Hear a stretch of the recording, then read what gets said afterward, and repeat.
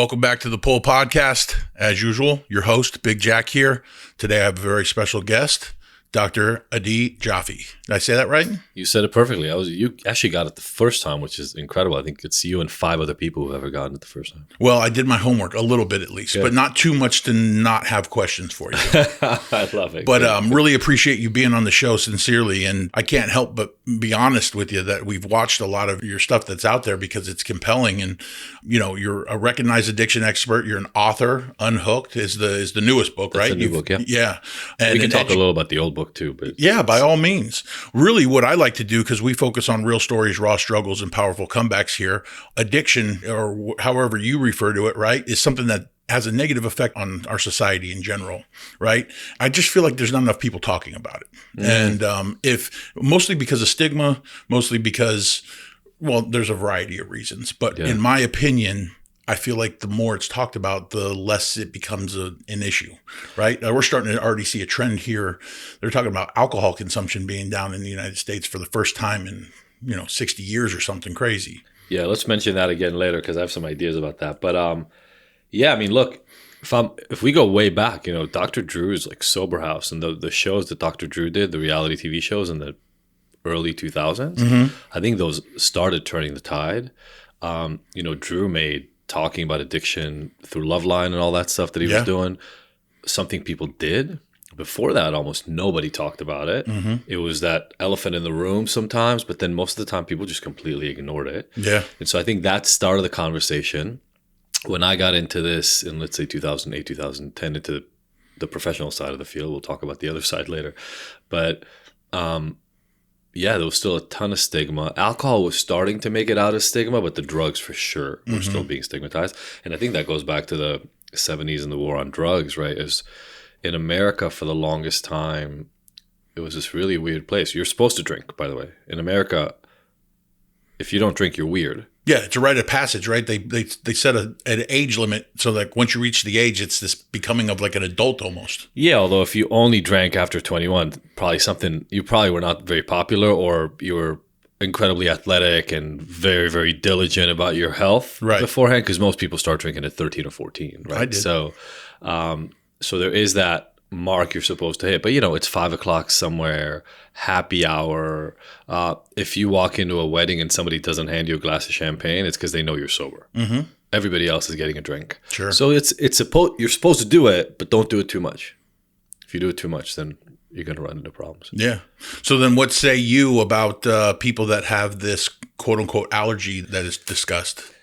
Yeah. So I'm not a believer. I don't believe in the allergy theory concept at all. I think it was a really good story when AA came about. And by the way, let me just because we'll talk about this in many ways probably. I think AA is great. And I think it was even better when it first came up in the 1930s. I also think people need to study the history, and it came on the heels of Prohibition, right? So it started right after Prohibition was repealed. It was America's answer, the religious answer, right, from the Oxford groups, et cetera, for a religious-based way to help what was obviously happening in the U.S., which is they tried to stop drinking by making it illegal, and not only did it not work, it backfired. It made everything worse.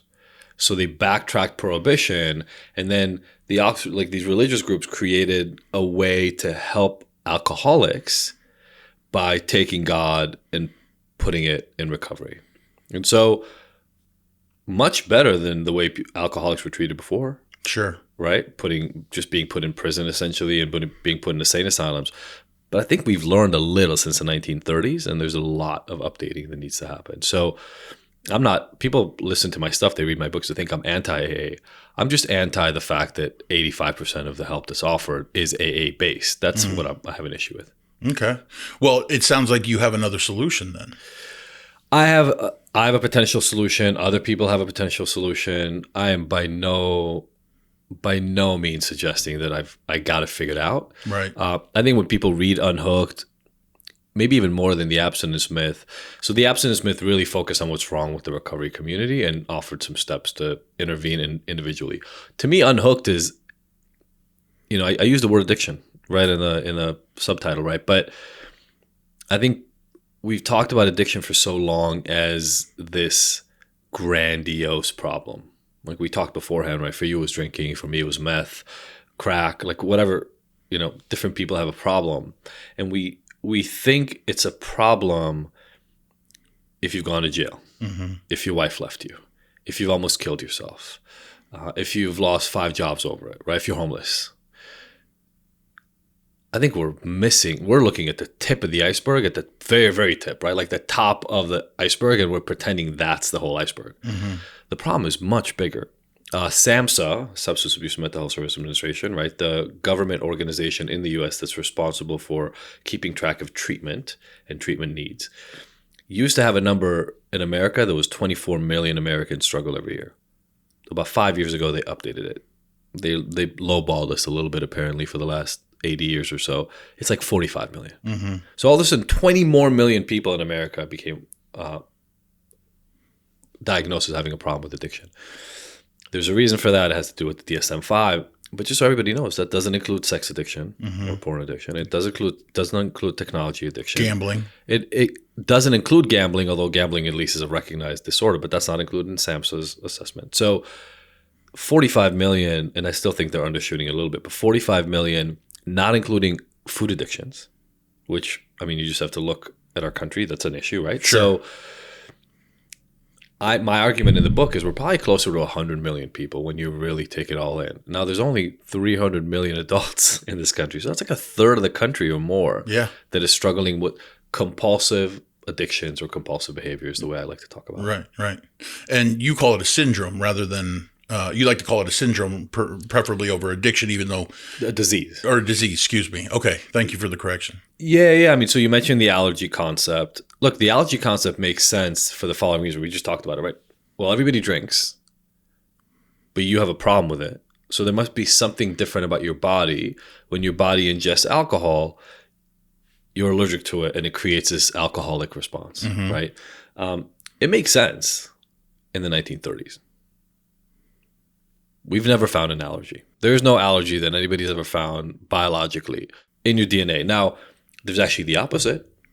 People who do have an allergy to alcohol, there's a gene that we know of, the ALDH2. Right, where they turn like bright red. Yeah, a lot of Asian populations have it. So if you ever try to drink with somebody who has that gene, they have a drink and they're flushed, they're sweaty, their body is reacting like they had 7 drinks. Right. Now, they're not that drunk, but the problem is their body can't break down the poison that alcohol breaks down into, so it gets stuck in their body longer and they have the reaction. So actually, if you have an allergy to alcohol, you're less likely to become alcoholic. Right. It's the opposite of what the big book kind of talks about. Right. There's no other gene. There is no other gene that shows a proclivity to become an alcoholic. Doesn't exist. Nobody has found it. There are a bunch of genes that make you more impulsive, more risk-taking, more something we call sensation-seeking. Like, I love thrills.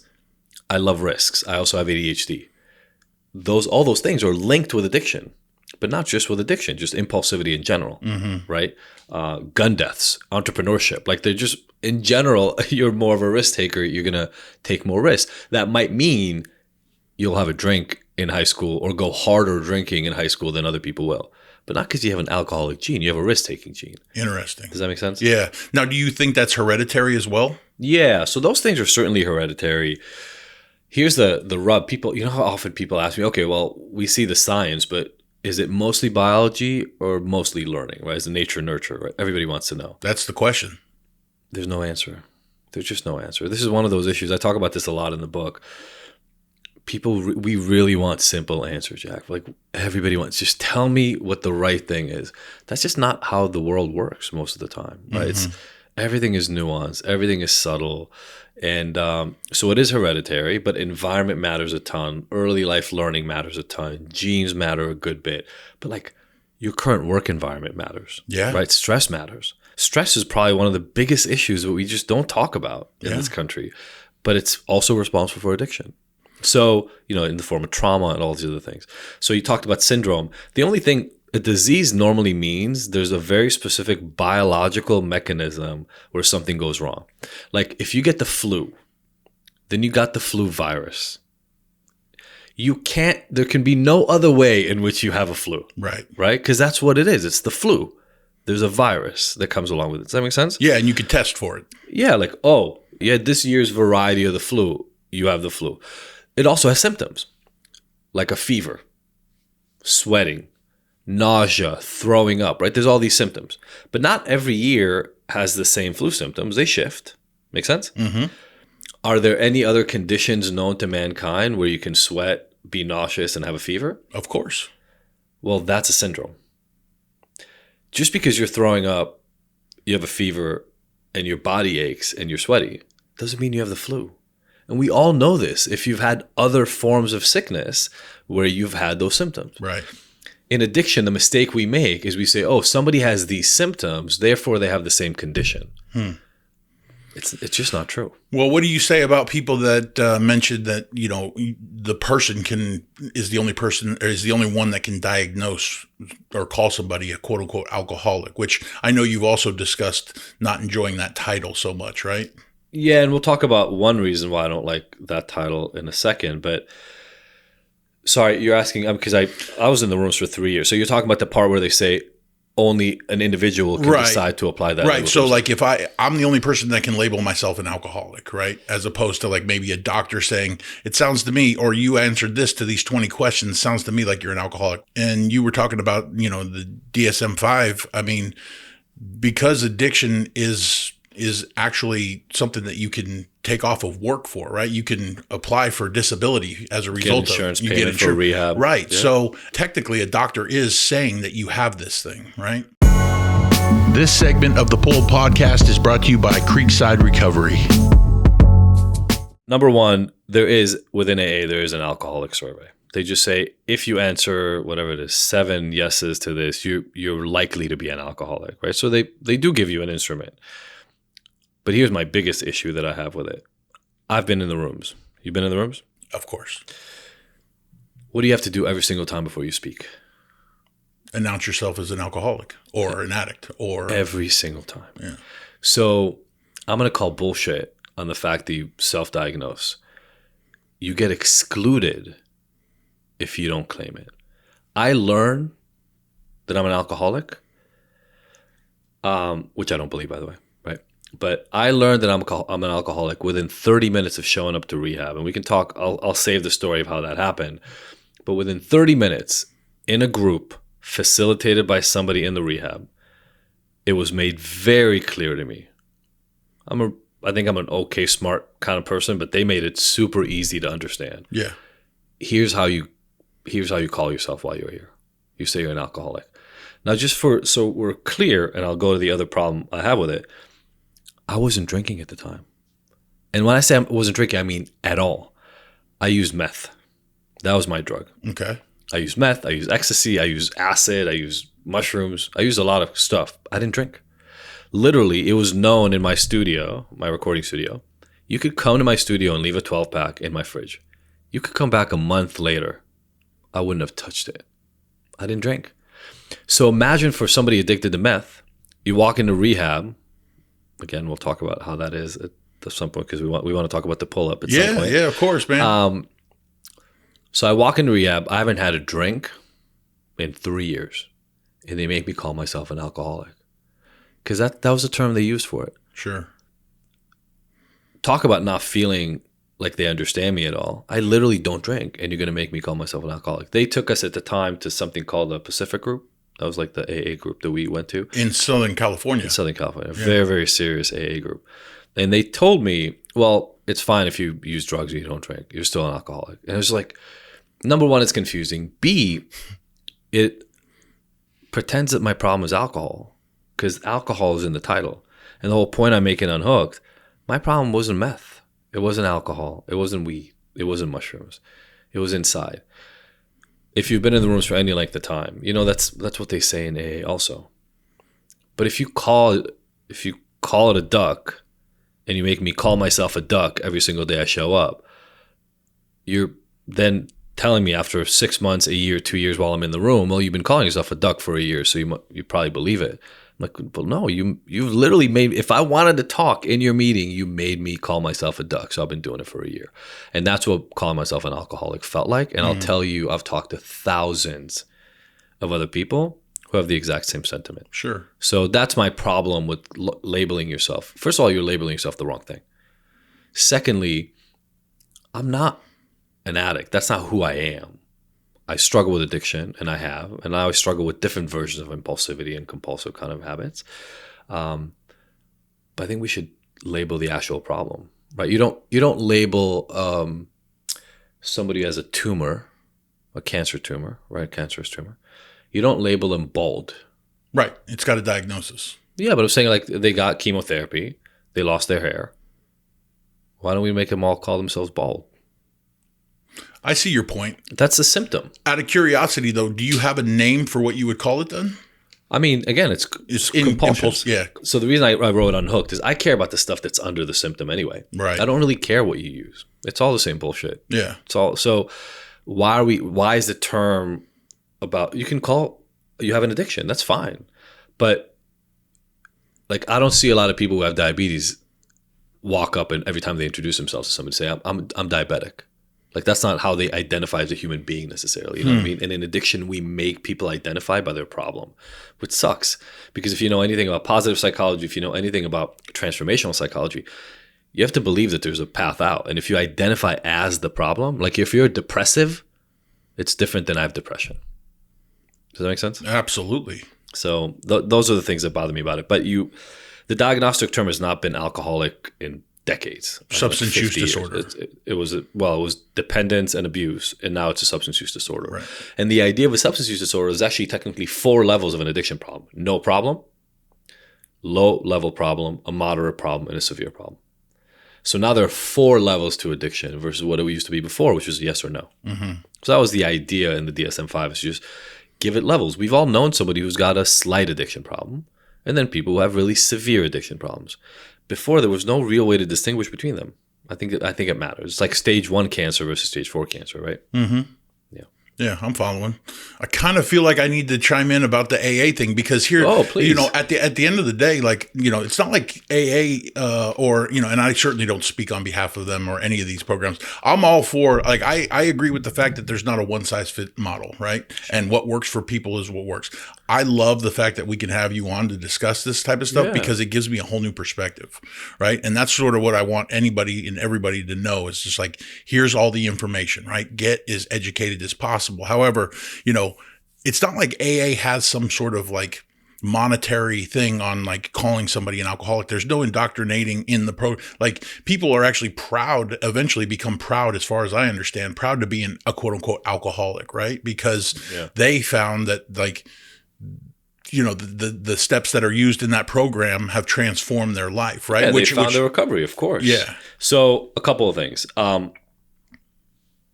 First of all, again, I'm waiting. I can't wait for the day where in AA meetings, you just don't have to start out by calling yourself an alcoholic. Like, I think that would be a huge improvement. Yeah, just here's my name. Hey, I'm Joe. Welcome to the meeting. Can I share?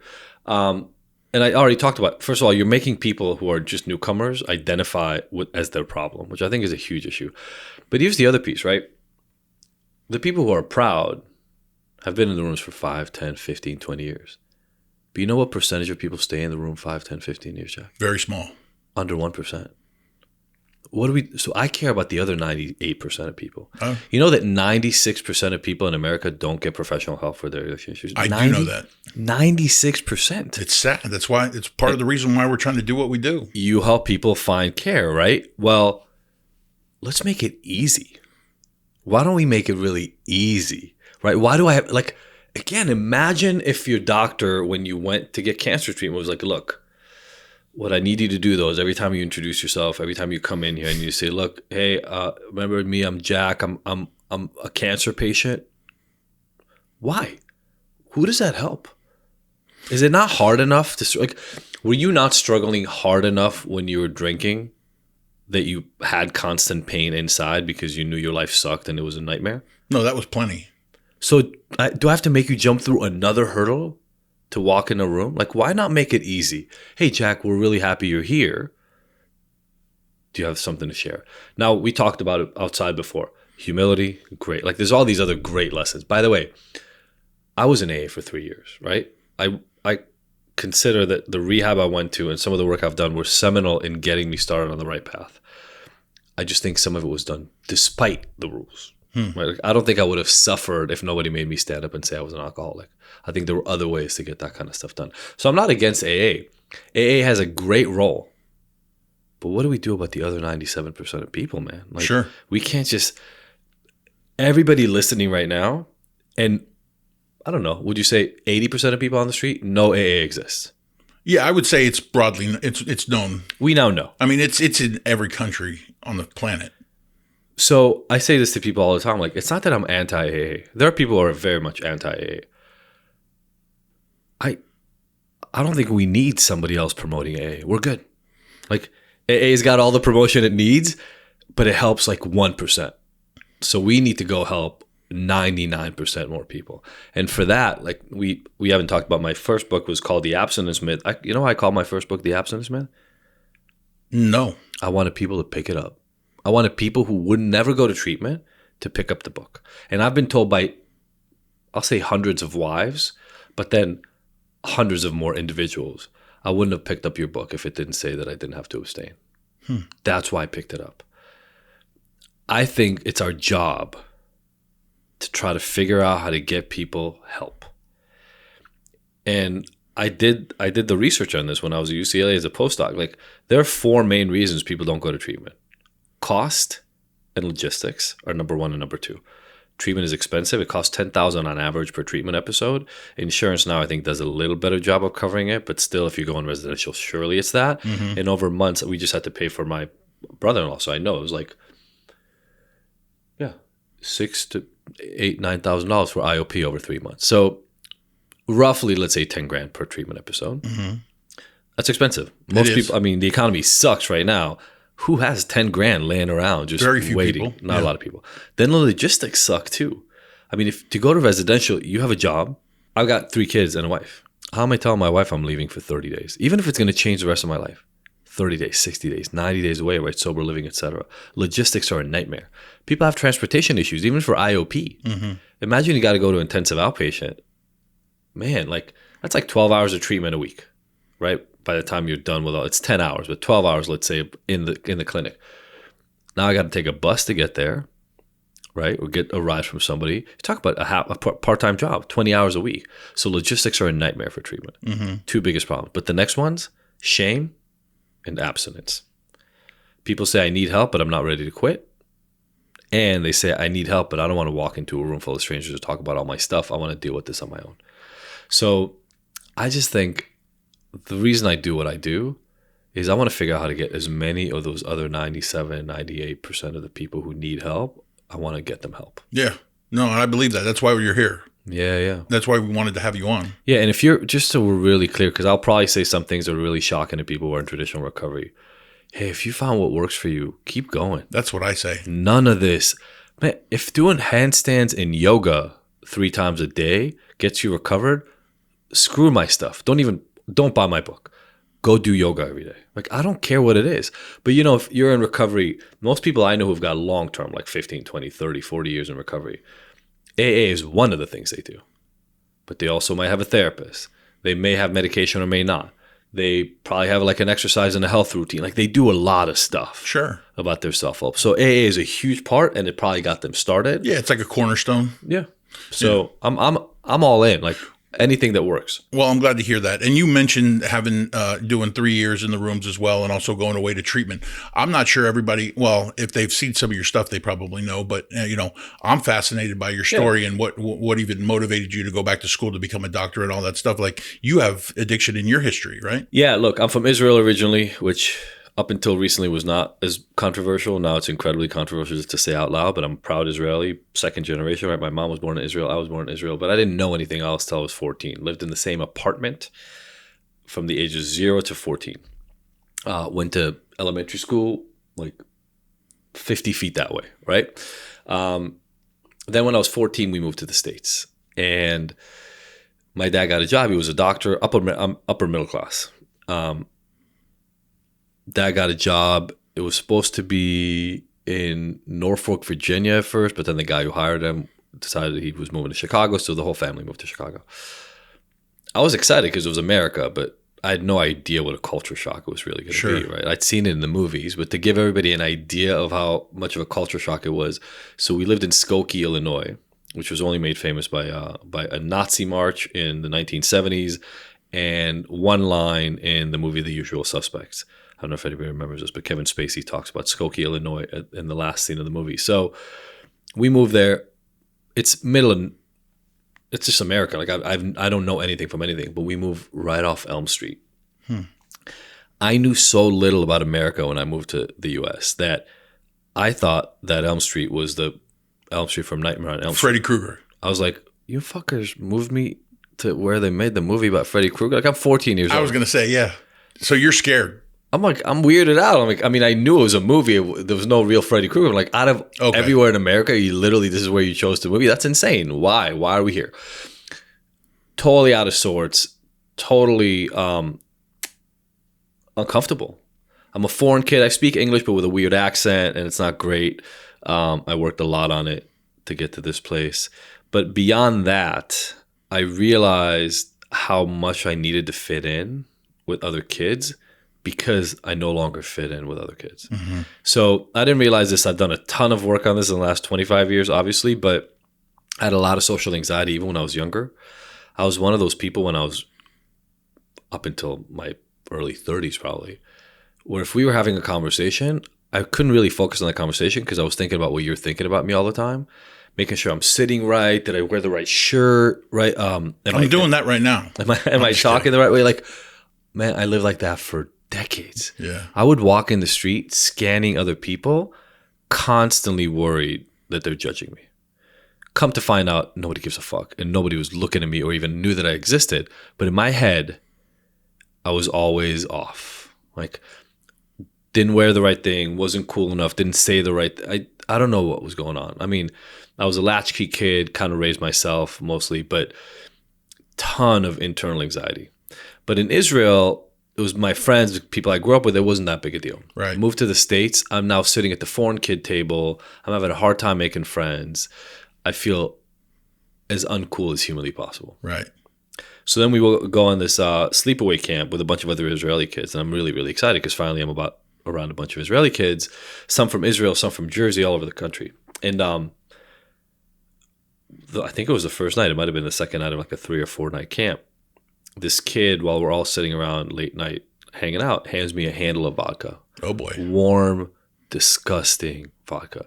I'd had some drinks before, but never really to get drunk. Like I'm Jewish, so at some ceremony, like a sip of wine or something, right? So I had no idea. I take one sip and it's like burning, right? Warm vodka just burning down my throat. But I wanted to look cool because I'm always worried about looking cool. So I took another swig. Didn't think anything of it. It was disgusting. I mean, it was one of the worst tasting things I've ever had in my life. Passed it on. I passed the test. I'm not about to look uncool in front of all these kids. And then, I mean, we talked alcohol. You probably know what 10 minutes later. 10, 15 minutes later, man. Oof. I was like, that missing puzzle piece came in. Oh, what is this? Yeah. That noise in my head, man, it went down. It's gone. I talked to girls that night without being embarrassed. I made new friends. I kissed a girl. Like, I'm 14 years old. I just got to fool around with a girl at a sleepaway camp. It was my peak. Like, at 14 years old, that was the best day of my life. If it didn't get any better, you were okay with that because this was amazing. I've arrived. Yeah. And there was only one answer as to why. The only difference between that and 2 days earlier was I had 2 sips of vodka. Mm-hmm. The answer was clear. And now the friends from Chicago who knew me saw me drink and being cool because I wasn't fucking tight ass anymore. Right. And so now I got invited to parties back in Chicago where everybody drank. Changed everything. So now every weekend or every other weekend I'm at a party, I'm having drinks, I'm feeling good about myself, man. I'm like, I've arrived. And in my head, like I talk about in the book, like drinking was not a problem. It was the solution. So that's how my drinking started. And it kept going in that way. Not a big problem, but I was drinking weekly, right? Like on the weekends with friends. Sure. Then I was 16, moved again. A girl I really liked, this really cute girl from high school, handed me a joint. Not going to look uncool in front of the girl. I'd never said no to anything in my life, man.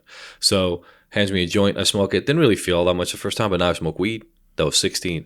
By the time I was 18, I was drinking and smoking every single day. Yeah. Every day. ditching school, barely making it to school. I was a 3-sport athlete before, no athletics anymore. I mean, fast downhill climb. By the time I left home, my parents were just really happy I was gone. Wow. It was not good. It was not. I was ditching school. We were competing for the record, like who could get the most absence. It was a nightmare. It was so bad. And barely graduated high school. Did really well on my SATs because I'm smart. I just can't do work. Part ADHD, part because I was an idiot smoking weed and drinking all day. So barely made it to college in Buffalo. Really went off the rails there in terms of smoking and drinking. Like, I'm 165 pounds now. I think I was 145, 150 back then. Shot for shot with a big gym. A friend of mine was like 6'3", 250 pounds. We're going shot for shot. I'm seeing quadruple. Like, nightmare. And then went through a really bad breakup. Went even further down. Now I'm literally drinking. This is like a sad. It's a sad image even just to put in my head. But I really liked Nine Inch Nails back then. So super dark electronic music that's like for people who want to die most of the days, really. Sure. Still a great musician, but I can't really listen to it most of the time because it makes me angry and depressed even now. I would just sit in my room and just drink and smoke and blast music. Like, people in my hall hated me because I was that guy. I was lost, like completely lost. Sounds like it. Yeah. Started selling weed there. That was my first foray into dealing because I got arrested for shoplifting and didn't want to tell my parents. So to raise the money for the lawyer, of course, why wouldn't you start selling drugs? Sold some drugs there, a lot more experimentation, and then I moved to LA. And in LA, it kind of started from scratch, but I got exposed to more ecstasy. I'd done some of it on the East Coast, but more ecstasy, a little bit of cocaine, which I didn't really like as a drug, a lot of acid, a lot of hallucinogens. And then the way I found meth was actually some of my ecstasy friends. I started selling ecstasy because I was poor. I didn't really have a lot of money. And if I sold it, if I bought quantity, if I collected everybody else's money and bought the drugs, I would get mine for free. Yeah. I remember that. Wholesale. Yeah, that's rationalization for sure. I mean, it's perfect. 5 friends, give me your money ahead of time. I take the risk, right? I'm going to buy the dealers. But I get it for 2 free. pills for free because the break worked great. And then it just started growing from there, man. So all of a sudden, more and more people want to go in. I go from buying 10 pills to 20 pills to 50. I remember my first 50 ecstasy pill deal because I had to borrow money from somebody. It was $750. It seemed like, I mean, I was broke. $750. I got the $25 pills for 15.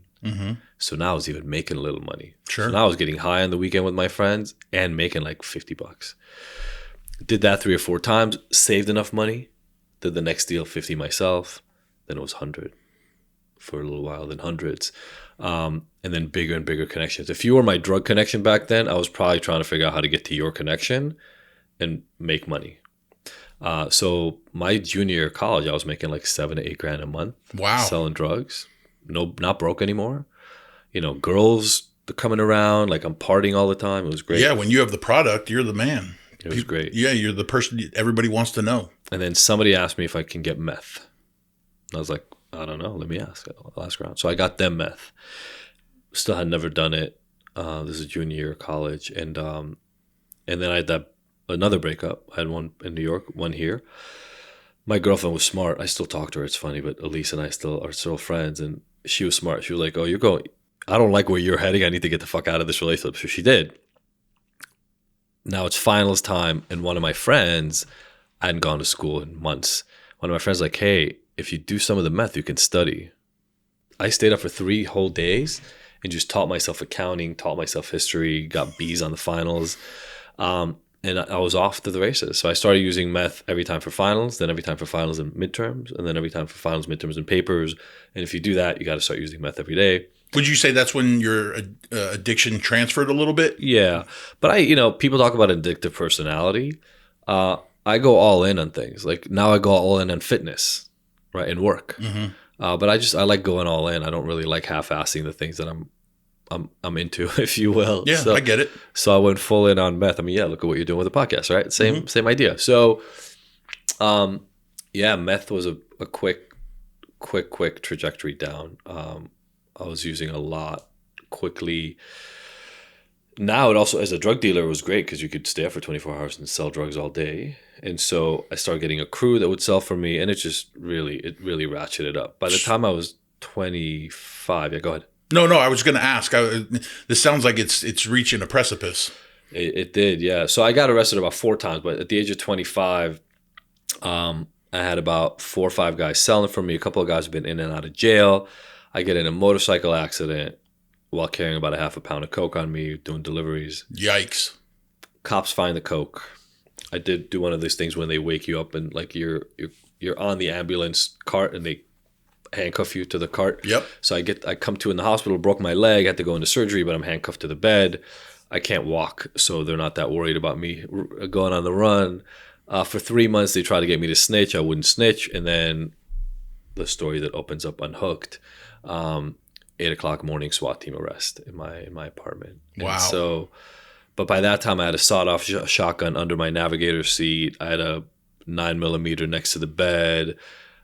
I was smoking meth and snorting meth to stay up, and then I was taking other drugs like GHB and Xanax to go to sleep. I would argue I probably wasn't sober for about 7 years, so there was probably not one day where I was sober for those 7 years, and that was like a clear-cut line. That SWAT team arrest was like God, the universe, whatever you believe in, told me it's time to stop. Wild. Yeah.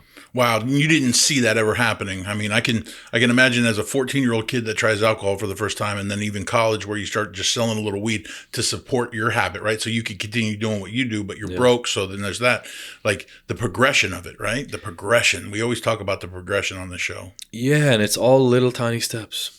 You know, that client asking me if I can get meth when I'm selling ecstasy and like acid and, you know, mushrooms. Mm-hmm. And me going, yeah, now I have the meth, like, and then the breakup. It's like, it's all these tiny little steps. I say in the book, actually, when you look at the end point that somebody comes to you, it looks insane.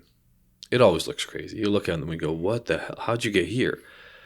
But if you sit them down like this and you just walk through the story, you know exactly how they got here. Yep. You know, it ends up being pretty easy. I've now done a ton of work on my early childhood stuff. I know why I rebelled. I know why I had the habits I had. It's just, yeah, like you said, right, at 14, you have no idea where 25, 26 is going to end up being. I'm just saying, like, I remember blinking and I was like, how am I like one of those shaking alcoholics, right? Like, how did I first started using it, quote unquote, medicinally. I mean, like, that's how I looked at it, right? It was very much like you said, two pulls from a bottle, and then 10 minutes you were like, that's like, I wish I could maintain that. Like, if I could have that and operate life with just that, whatever that looks like, that was medicine for me to be able to function within life, to then not being able to turn it off, you know? But I think that's the best lesson for all of us listening right now about anything you ever go through in life. That thing we wish was true, it's never true. Nothing you do right now will consistently deliver what it delivers right now unless you keep at it, right? Unless you grow at it, unless you keep working at it, unless you do more of it, nothing. You're either moving forward or you're moving backwards. Mm-hmm. And so drinking only works if you keep doubling down on it. That's the only reason it works. If you would have kept drinking 2 shots, it wouldn't have worked a year later. It wouldn't have worked already. Right. It didn't work a week later. So I think one of the biggest lessons, we talked about humility already, and we could talk about it a little bit more. I certainly had to learn a lot of that in my discovery and in my process. But the other one was there's no shortcuts, man. Ooh. Shortcuts don't exist. Whenever I'm trying to think to myself about how to hack something, I pause. Because I already know I'm heading down a bad path. And that's true for marriage. It's true for work. It's true for food, right? It's anywhere in the world, right? That's a red flag for you. You think you found a hack? Stop. You're wrong. There's no hack. There's no shortcut. And again, like, are there singular times in society where there's an exception to this? Sure. If you invested in Bitcoin when nobody knew what Bitcoin was, and you figured out how to get a digital wallet and you bought like 500 Bitcoins, congratulations. And held it for 20 years. And held it for 20 years because it was worthless when it started out. It was like $5-10. Congratulations to you. But by the way, even this is what you said. You know how hard I looked at buying Bitcoin when it started out. It was the biggest pain in the ass to get a wallet. Mm-hmm. I was like, I'm sorry, how many hurdles? No, to buy something that was worthless.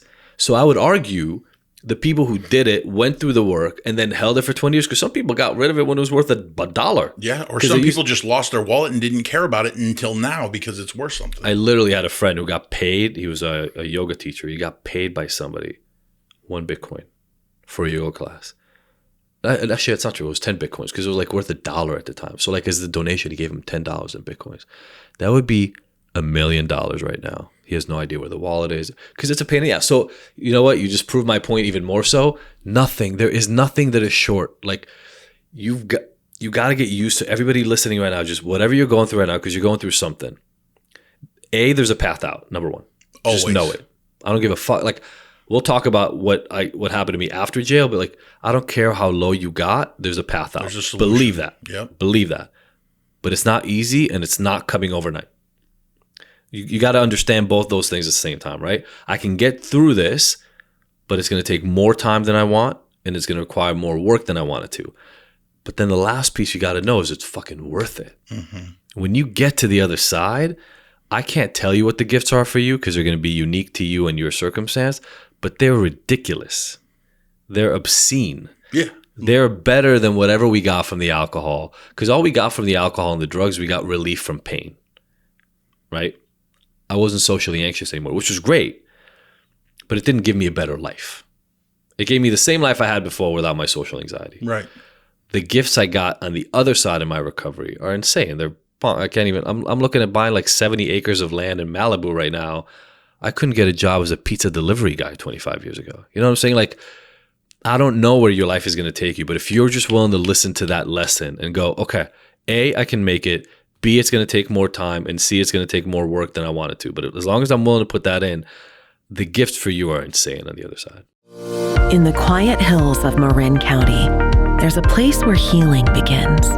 A place where alcohol or drugs no longer control your life.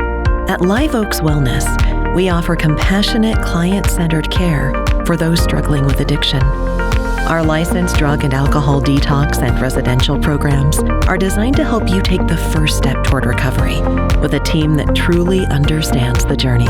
You don't have to walk this path alone. At Live Oaks, we're here to help you rebuild, restore, and reclaim your life. Take the first step today. Live Oaks Wellness. Healing starts here.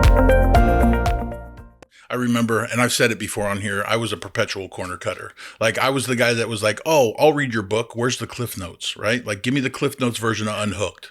You know, that's what I was looking for because I didn't want to invest the time. But the problem is when you don't invest into something, you don't reap the benefits. That is guaranteed. Yeah, free gifts are worthless. No, I mean, and even if it did come, let's just say you hit the lottery. That's a good example, right? Maybe you hit the lottery on a fucking scratcher, right? Congratulations. I guarantee you won't have it in 10 years. Like, people can't appreciate it if you don't work hard for it. I don't remember the exact statistic, but people who win the lottery are like 5 or 10 times more likely to go bankrupt than people who don't. They're probably 5 times more likely to kill themselves too. And maybe other people along the way, right? Because you don't know how to appreciate it. You don't understand $100 million. You can't even, you can't fathom that in your head. So you do stupid shit with it. Mm-hmm. And in a way, like, the whole point of Unhooked is too many of us focus on the end result that we got. All the end result is a lesson. That's all it is. It's a lesson in what you've done wrong and what has gone wrong. To improve, and there's a whole model in the book, but to improve, you got to go backtrack, right? Now I can sit here and say, oh, I was socially anxious. Alcohol solved it in a short form, but I was socially anxious at 26, 27 when I got out of jail. It took me years to figure out how to be comfortable with myself. Mm-hmm. Years, right? So when I got out of jail, first of all, I had to go to rehab because my lawyer looked at me. I was 124 pounds, and he was like, if you show up to court like this when we get sentenced, you're going away for 15 years. I had 13 felony counts when I got arrested. Good grief. Guns, manufacturing, sale, possession with intent to sell. I had a lockpick kit. I didn't even know that was a felony, but apparently that's a felony. Yeah, you can only have those if you're a locksmith. Certified locksmith, yeah. So at the time, I had no idea. But anyway, and a ton of drugs. I can say this now because the statute of limitation has passed and I'm expunged, but they found 10,000 ecstasy pills at my house. Jesus. But I had like 150,000 in storage, like a mile away, that they never found. So we dumped those later. But like, I was facing 15 to 18 years. I ended up getting 8 technically, but I got them in a 7+1. So 1 year plus 7 suspended. Mm-hmm. So if I finished my sentence and did well in jail, plus finished probation without violating, I never got to 7, and so I never had to serve those 7. I didn't fail a single drug test after jail. Right. But I went to rehab for a year. That's where I got introduced to AA. And then went to jail for a year sober. I was in jail sober for a year. And when I got out of that, I couldn't get a job. I couldn't do anything. And so I was joking. I went to the mall. 9 months I tried to get work. I don't even know how many applications I submitted, but 100. Couldn't get a single job. Almost got a job as a pizza delivery man. And then that job got rescinded. Mm-hmm. And so I was like, what am I going to do? I can't have my parents pay my rent for the rest of my life. So I went back to school, which ended up being serendipitous, right? That's why I'm sitting here right now, or at least one of the reasons I'm sitting here right now. And so went back to school, and I had to learn how to live like a normal human being again, like homework, showing up, cooking a meal, right? All these things that I just hadn't done in really ever, really ever, honestly, maybe the first year of college. I had to go be a normal human being. But I was so motivated, man. I mean, not only was I not looking for shortcuts, I was the guy who would stay after class, talk to the professor, then follow them to office hours, make sure I was fully prepared, assemble a study group so that I would make sure that there's somebody I'm accountable to for studying. I became a 4.0 student. I barely graduated high school and I barely graduated college. Now I'm a 4.0 student in my graduate program, and ended up getting recommended from one of my professors to go to UCLA, which is the #1 psychology program in the country, for my PhD.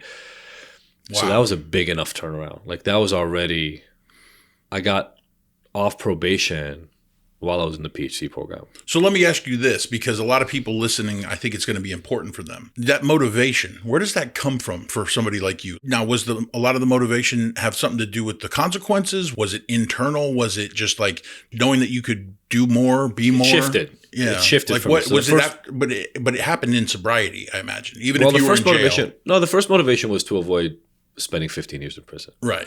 So when my lawyer said to me, we got to get you to rehab, I went to rehab. Yeah. Because he said that, right?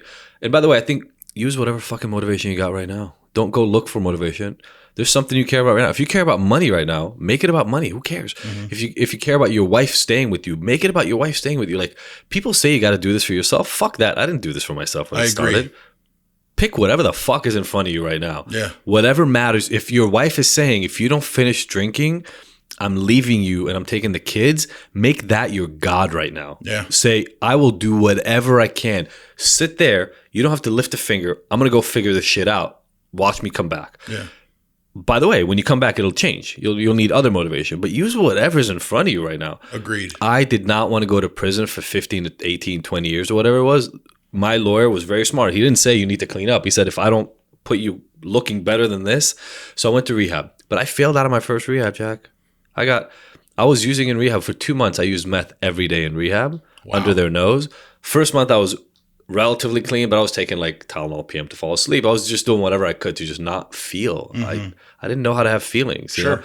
You know? I'll tell a funny story because I was so uncomfortable with feelings. That's what meth is great for, by the way. Meth is amazing. You're like a robot. You have no feelings. And so I'm laughing because I went from that. I went for a jog this morning and I was listening to music in my headphones, and it was Israeli music. And for some reason, for the last couple of years, since October 7th, I think, sometimes I'll just break down crying. It's like I'm jogging on Tiburon, like looking over the bay. It's like the most gorgeous view probably in Northern California, maybe Napa somewhere, but it's ridiculous. Yep. And I'm running, listening to this music, just jogging in the morning, and I just start bawling. Like, it started with little tears and crying, and I was texting my wife like, fuck, I'm like crying in the middle of the street. I'm trying to figure out where it's coming from. But that version of me 25 years ago didn't even know those feelings existed. You know what I'm saying? It's been a big journey. So at first it was just stay out of prison, man. Just show me the road. Got kicked out of my first rehab. One of my biggest come to Jesus moments, man. I mean, I'd spent 3 months there. I'm fighting the case. So every month I'm going back to court. And now we got to figure out between that day. They kicked me. They tested me. It was the biggest like sham though. I'm in rehab 3 months in. They let me out for New Year's Eve. It was almost like a test. Like they tested me and I failed miserably. And I think they probably tested me because they had a feeling I was using. I came back. I hadn't slept at all, man. I'd been up all day. This actually did make it in the book, but I just remembered it while speaking to you.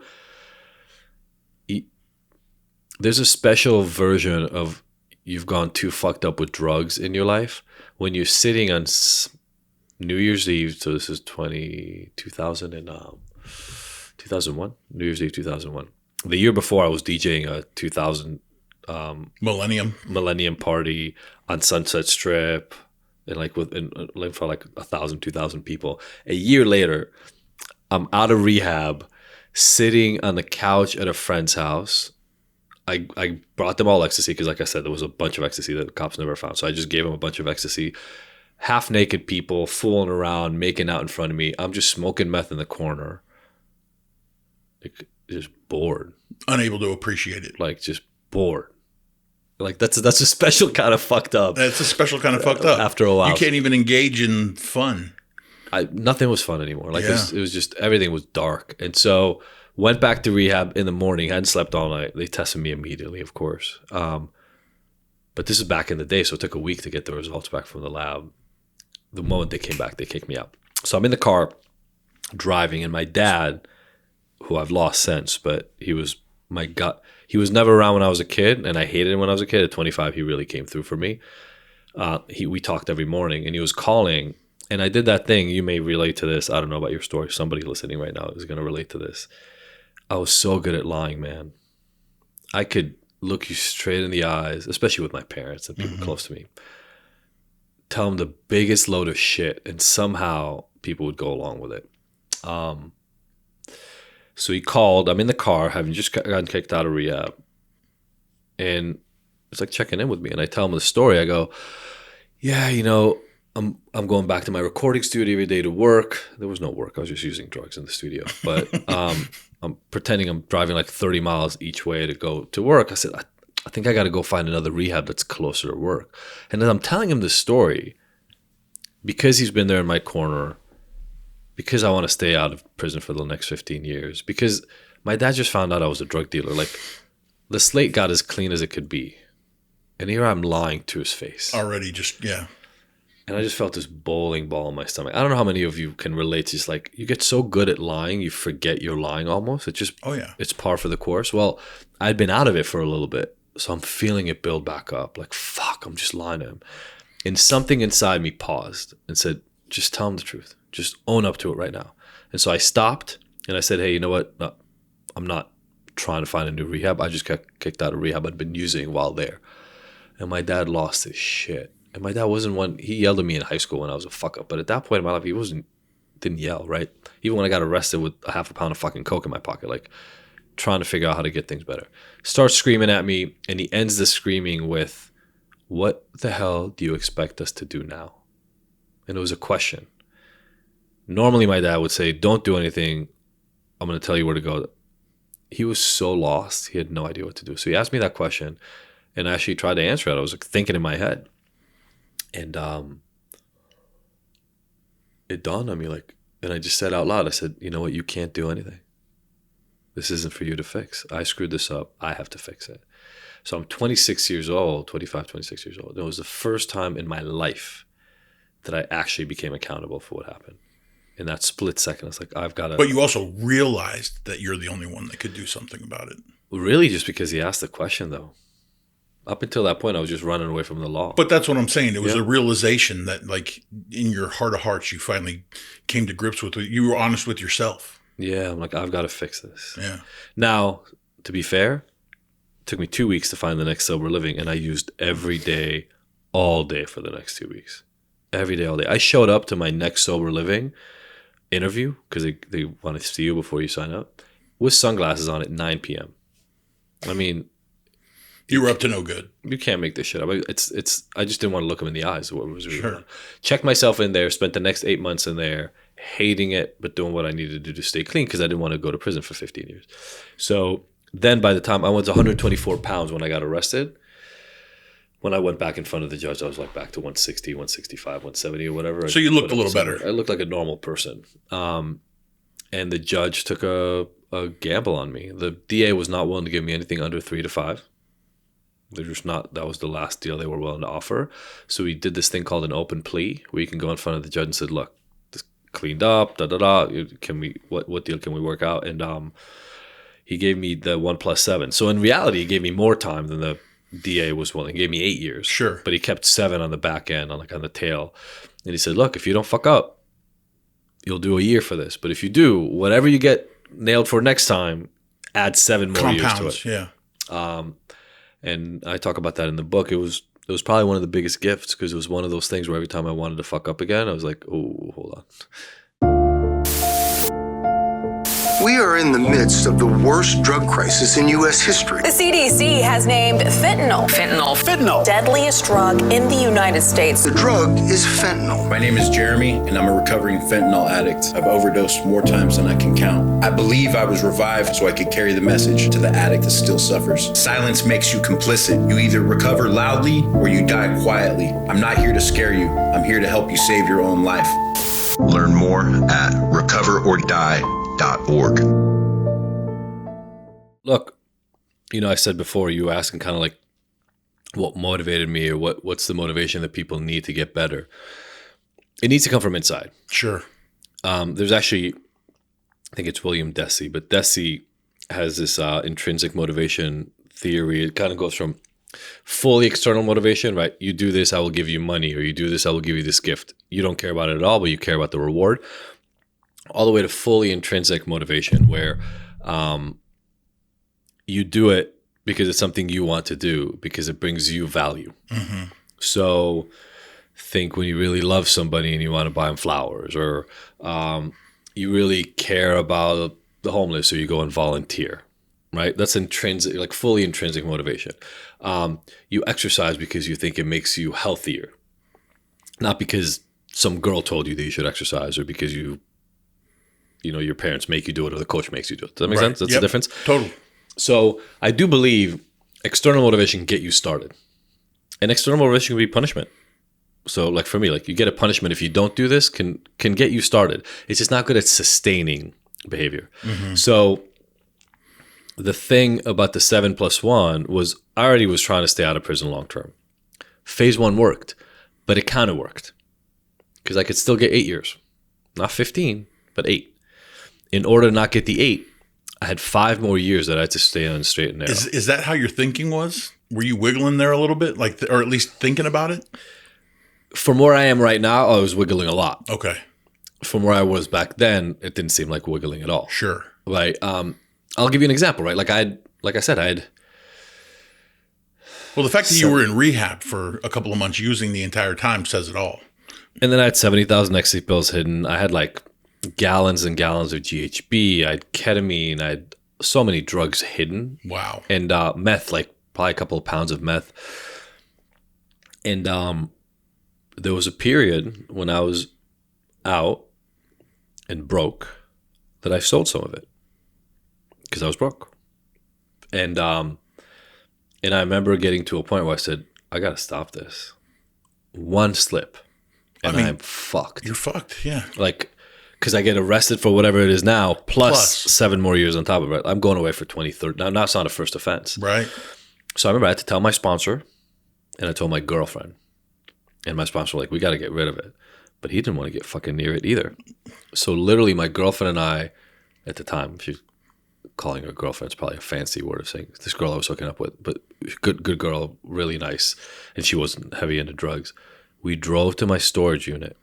And I'm sorry for the story, public storage on Sawtelle in Los Angeles, but we went into the unit, and one by one, into their bathroom, we took out thousands of ecstasy pills over like 3 hours and flushed them, like millions of dollars of ecstasy pills. 70,000, 25 apiece. Yeah. Like $1.5 million worth of ecstasy, and flushed it down the fucking toilet. And I did the same with the G. We threw away the meth. Like, I just needed to get rid of it. I couldn't do it on my own. So that's probably the next stage that I went, a little less wiggle, right? But Like, that's now I'm scary. committed. Luckily, it was already paid off, huh? It was all my loss. Okay. It was all my loss. But still, like, to go from broke to throwing away like $1.5 to $2 million worth of drugs, that was rough. I mean, I would have, yeah. I mean, you'd think you'd want to like find a wholesaler real quick, like buy the whole lot. I hear you. But it's also dangerous, right? Because even that could end up badly if you get popped once. Dude. Once is all it would have taken. And I wasn't willing to risk the rest of my life. So like I slowly became less and less wiggly. But yeah, it's hard to move from a situation where you'll do whatever to get whatever into long-term thinking. Yeah.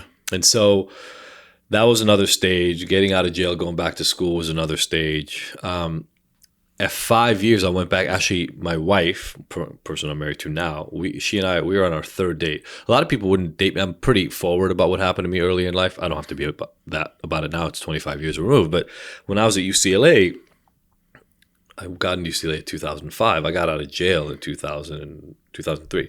So I was only out of jail for 2 years, right, on probation. So I was pretty upfront with people about it early, because what I realized is some people, they wanted nothing to do with it. Like, there was a girl I liked and we were at a coffee date and I told her about it. She stopped calling me. Interesting. I was like, oh shit, okay.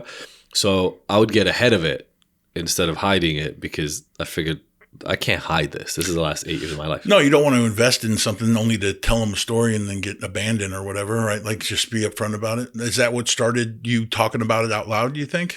Out loud publicly took a little bit more work. A lot of people were telling me not to do it. But my girlfriend, well, she wasn't even my girlfriend. It was our third date. On our third date, the woman who's now my wife was sleeping over, and at like 8 o'clock in the morning, okay, I've got to go. He goes, where are you going? I got to go to court. What's going on in court? I said, I have my probation hearing. And we were asking for the termination of probation. So it was the third year, I guess, of my, 2006. Yeah. So 3 years into my probation. That was the first meeting. You have to do more than half of your probation. So of course. It was the first meeting I was allowed to ask. So I did some of the work I needed to do. And my lawyer showed up. And we were asking for the probation to be terminated 2 years early or something. And the DA was like, oh, hell no. You know, you got off from 13 felonies to 9, and then they started serving 3 to 5 years. You served 1. No, you need to see this probation through. My girlfriend, Sophie, was there at the time. My lawyer was there. And what she remembers, I don't remember this because it was all a blur. She remembers the DA saying that to the judge, and the judge looking at her and saying, look at what he's done in 3 years. You know, he went to jail, hasn't failed a single drug test in 3 years, clean probation record, got a master's, and he's now getting a PhD at UCLA. He's like, I want more of these cases. Like, what's your issue? And he terminated my probation on the spot. Nice. And so that was kind of my wife's first foray into seeing that part of me, was that part almost being kind of terminated, right? Like being left behind. But by that point, you want to talk about intrinsic motivation. My goal then was just to prove to myself and the universe that I can come back. I don't care how bad it got, and I don't care that I couldn't get a pizza delivery job. Like, I'm going to figure this out. And so, yeah, it was a gift. I needed time. I tell people it's probably going to take between 1 year to 3 years for you to start feeling like a normal human being. Easy. And so just be ready. And there are going to be moments where you struggle. There are going to be moments where you doubt what you're doing. It's going to take that long. Just be in for the long haul. I remember questioning everything too.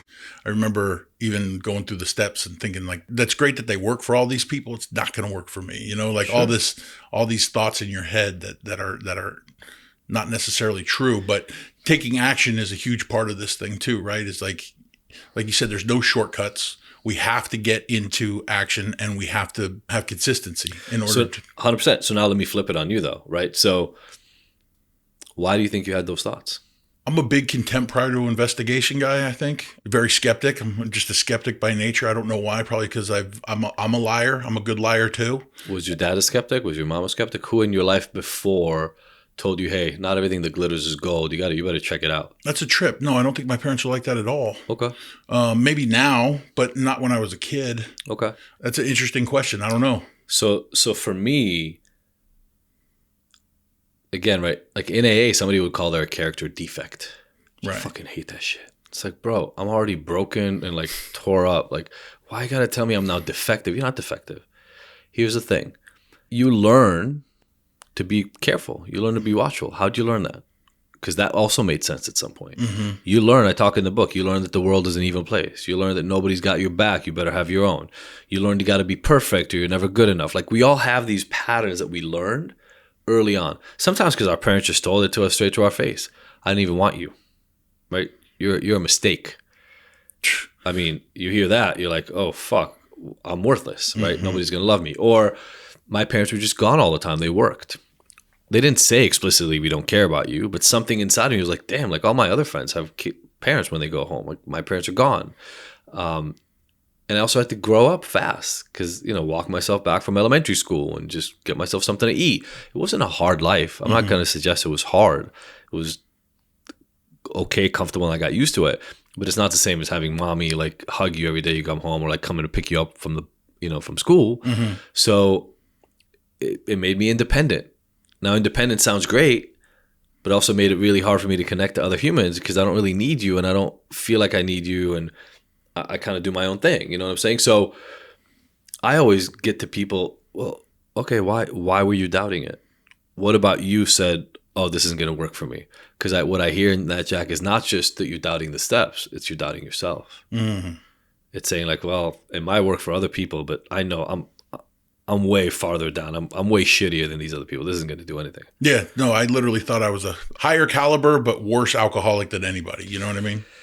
So for me, that becomes the issue, right? You've got to. That's why, by the way, part of the reason AA works is you can find people like you, so you can learn from somebody else. Yeah, the community aspect of it. You could start to hear that like you're not unique and that other people suffer the same way you do. Yeah, but can't we just do that shit here? I think we are. I think that's what you're doing, right? I think that's what we're doing. Like getting the stories out, people can go, that person's like me. Let me find out what they did to get better. Yep. Now, by the way, what I did to get better might not be what somebody else needs to get better. That's not the point. I don't disagree with that at all. The point is for them to believe that they can get better. And then what I say in the book, just keep going. You try my book, it doesn't work, throw it away. Give it to somebody else, go try something else. I'm not married to this. This is, after thousands of people that I work with, this is my thing, right? And we can talk about that a little bit if we have time. But, yeah, please. And I also started a company called Ignited, by the way. Here, I'll show you. Yeah, it's actually abbreviated, right? It is. Yeah, IGNTD. It's IGNTD, Ignited.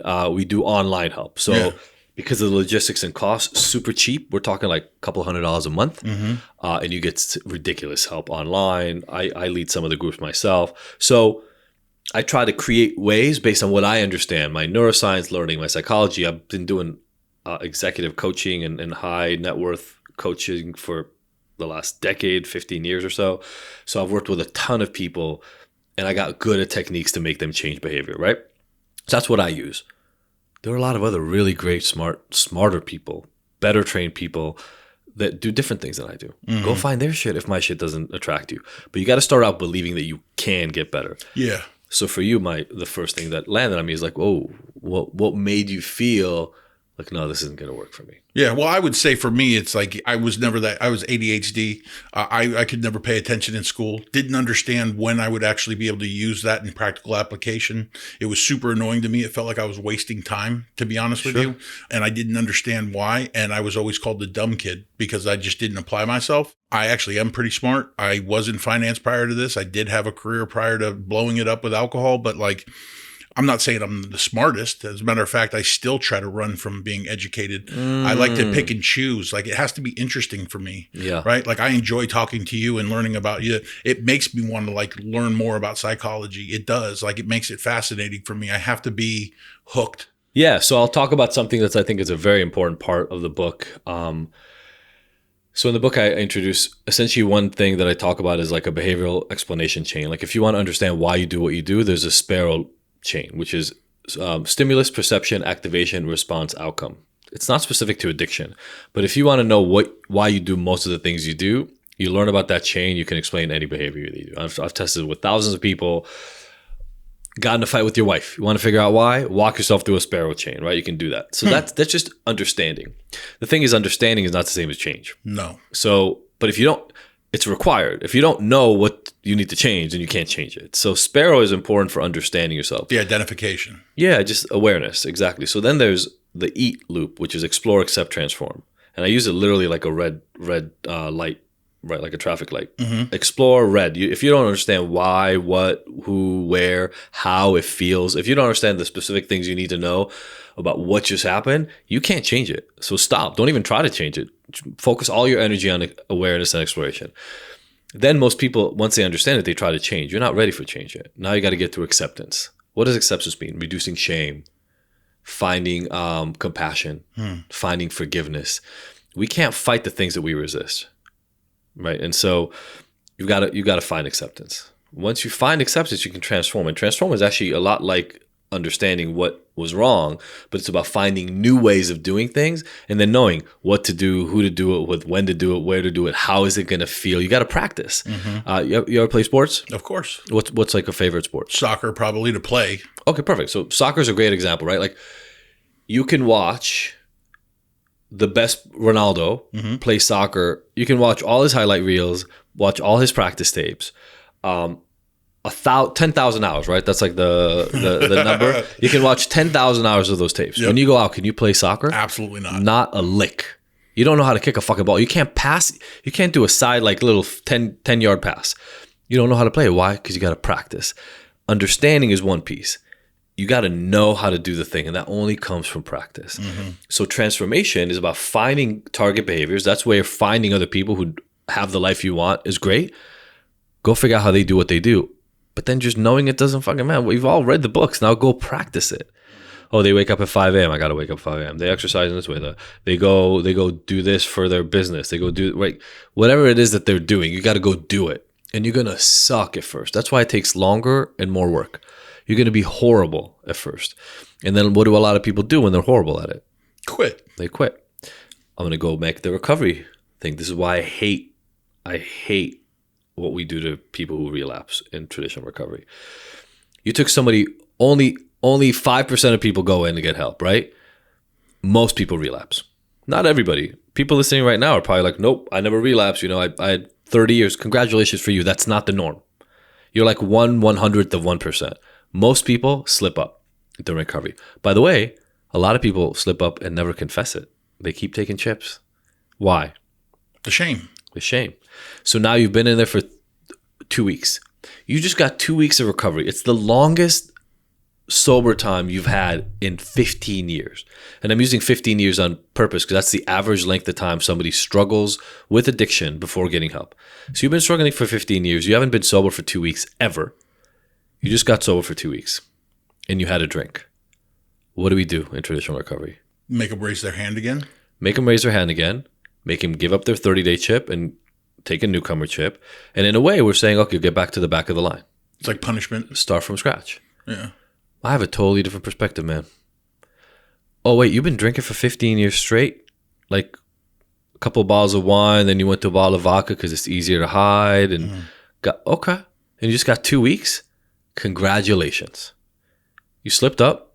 All good. Look, you had more sobriety in the last 2 weeks than you've had in the entire last 15 years. Let's jump back on the horse. So in the book, I talk about there are a lot of ways to measure recovery. Consecutive days abstinent is one, and it's not a great one. You can use it if you want. Well, they say quantity versus quality, right?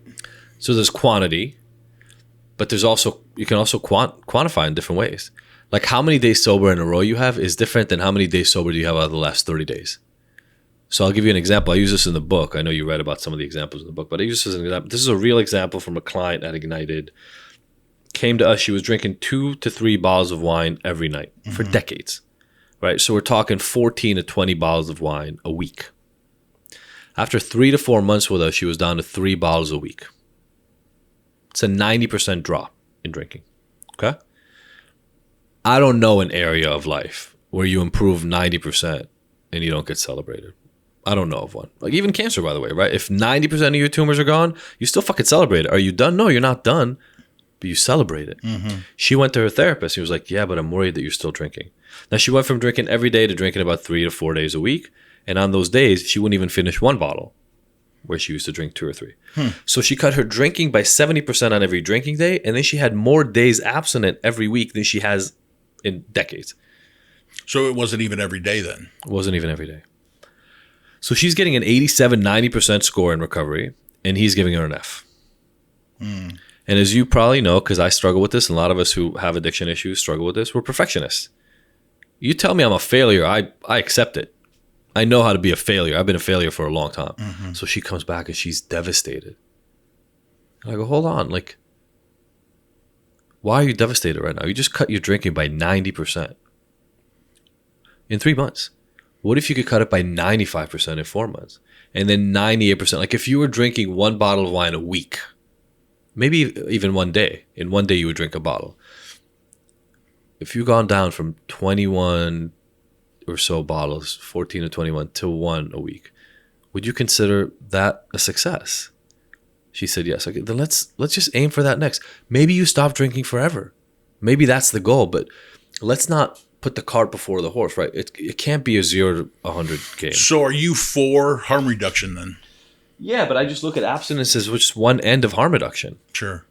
Harm reduction just means we focus on the things that cause negative consequences with the use, right? Yeah. So look, the vast majority, not everybody, but the vast majority of people who develop a substantial problem with substances will do better if they completely stop.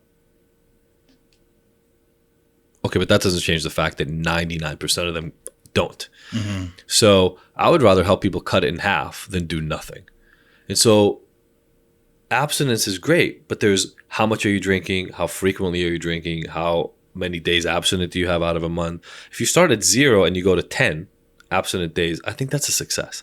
So I just wish we found more new, again, it's that 0 to 100 kind of thing. This segment of the Pull Podcast is brought to you by Heartwood Home Detox. You got 5 years and you slip up. My first question is like, hey, bro, what happened? Come, sit, let's talk. I want to embrace you. The first thing I'm going to do is not like, hey, you got to give up your sponsees and give up your chip and let's give you a newcomer. Like, fuck, something sucks. If you had 5 years of recovery and you just used again, something went haywire. I think you need compassion. I'm not saying you don't need accountability. Right. I just think you need compassion. Yeah. So anyway, got through, you asked about speaking publicly. I started speaking publicly not because I was told not to, but because I was learning a lot of really interesting things in graduate school that were completely different than what I learned in recovery. I was getting this behavioral neuroscience psychology degree from UCLA. I was learning all this genetic stuff, amazing, super cool neuroscience stuff. I want to start writing about it publicly. So I started a website called All About Addiction. This was 2008, so blogs were blowing up. And we ended up doing really, really well. And I was just writing what I was learning. Like literally, I was finish class and go write. It was really cool. I think we got to like 250,000 readers a month. It got pretty big. Wow. And that's actually what started my public kind of advocacy piece period, because I would get connected by people who either believed in what I was writing or not. And then I would get to have discussions, and it felt really good to be ahead of it, just to not be hiding. And so that's when I started doubling down on sharing my story. And then I did the TEDx talk at UCLA, and the whole fuck shame thing kind of blew up a little bit, and people really liked that piece. And, I did it because shame was one of the criteria that I found in my studies, really kept people from speaking up. And so harm reduction was just starting to be a thing. Yeah. In the early 2000s, it was really not popular to be into harm reduction. Now it's better. Maybe still not popular, but I'm insulated now, right? Like most people know that that's what I'm about, so they don't talk shit as much anymore. It's like Ice-T's. I love that I get to relate to Ice-T while being here. He was saying, after you've been in it long enough, you're surrounded by more people who drink your Kool-Aid, who are with you, than the people who are haters. Yeah, they'll defend you for you. Yeah, I get haters online still, but it's at this point I don't really care. I'm not focused. By the way, I'll just repeat again. If you've got 15, 20 years in AA, keep going, man. Just do your thing. I'm not here to preach against you. No, if it's working, keep doing it. I'm here to talk to the people who haven't found recovery yet. Yeah, I'm glad. Yeah, so that was great, man. That also made me stay on top of research.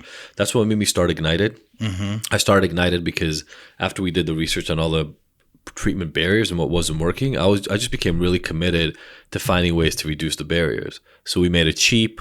This is before COVID. We made it online so you could get help from anywhere, anytime.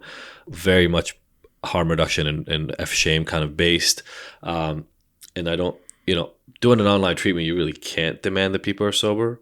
I mean, they're home 800 miles away, Yeah, so you're not drug testing them. I'm not drug testing. It's all honesty. And I will tell you, man, people are honest. If you just let them be honest, they're honest.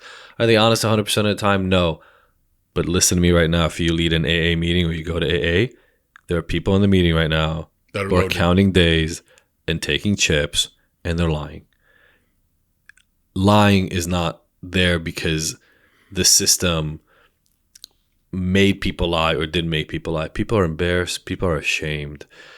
I think people lie less when they feel safe. I think people lie less when they feel like they're not going to be shamed and judged. That's my take. No, I agree. And listen, you took the same approach that you do in your book, and for the fact that you don't like calling it a disease, in the sense that you like to understand the problem, right? And it's the identifying factor initially, and then solving it, whether it's barriers with some sort of online IOP, or maybe it's just building a community, right? Like letting people know that like their story isn't unique. Like you suffer just the way a lot of people suffer, and if anything, you are walking proof. It's probably my favorite thing in the world is to talk to somebody that actually is a psychologist or, maybe a marriage and family therapist that actually has been through it themselves. I think it creates a much more effective delivery.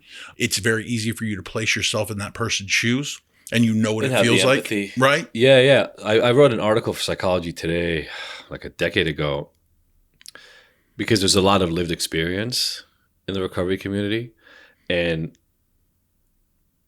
most of it is traditional recovery, most of it AA-based recovery. But, there was always an argument. Do you need lived experience, or do you want people who are educated?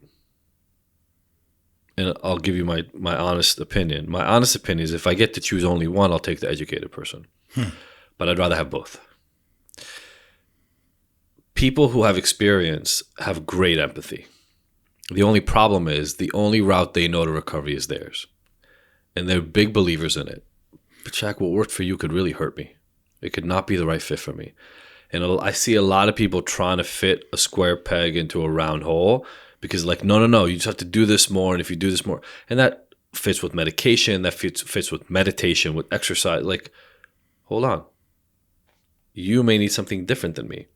But if I'm not educated, if I didn't do the work to go spend a couple of years learning about all the different techniques and what's needed, etc., I may be pushing you down a bad path, something that may actually harm you.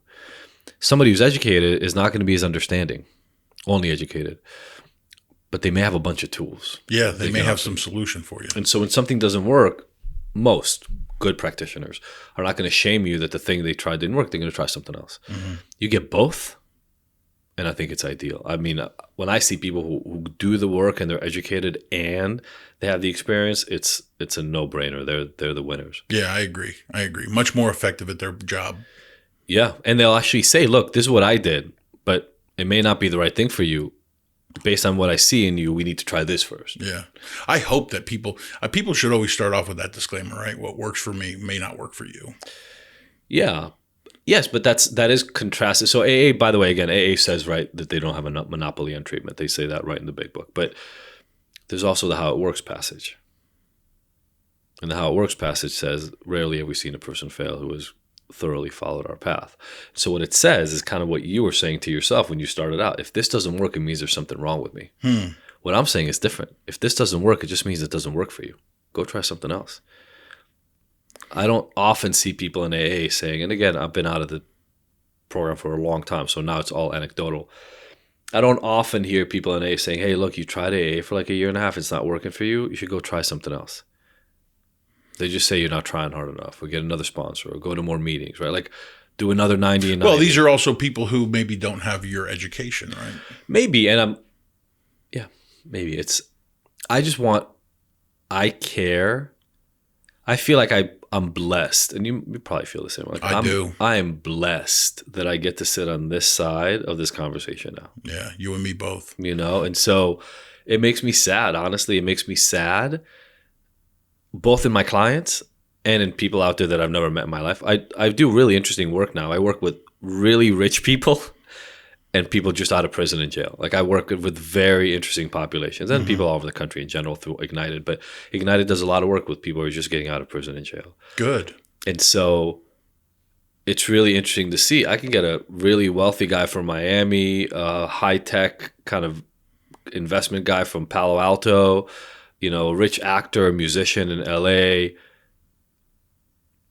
70% of the problems we're dealing with are the same as the guys getting out of prison. The things that will work for them are often actually really different. Now, again, they're basics. Like if some people ask me sometimes, like, what do you recommend for somebody who they're just starting? Number one, stop lying. Immediately. Like just right now. Find at least one person in your life, preferably everybody, but find at least one person in your life you can just be 100% honest with and just spill the fucking beans. Because first of all, you've been lying to yourself for a long time. Secondly, you've been lying to a lot of other people around you. People are going to be pissed that you lie to them, but for like 30 minutes. And then they're going to be really, really happy that you're finally fucking honest with them. And by the way, I'm speaking from experience if somebody ever follows my stuff. Like I'm talking even if you cheated on your wife. Like just stop lying. It's fucking you up. It's fucking up everybody around. So that's number one. Number two that I'm a big believer in is getting daily practices. And one of the ones that I believe in regularly is gratitude. Find deep, deep gratitude practices and then some exercise and movement to just get yourself healthy. So kind of like those are probably 3 pillars for me. Those can probably help anybody who's getting help, but there are a lot of nuances and specifics and other practices and stuff like that. They're just different from person to person. Yeah. Well, that's important. So where can they get your book? Is it specific anywhere or is it No, all over. Amazon. I actually bought this one for you at Barnes & Noble. Because I forgot to bring one from home. So I literally went to the Barnes & Noble. It's like in Corte Madera there? 10 minutes from here. Yeah.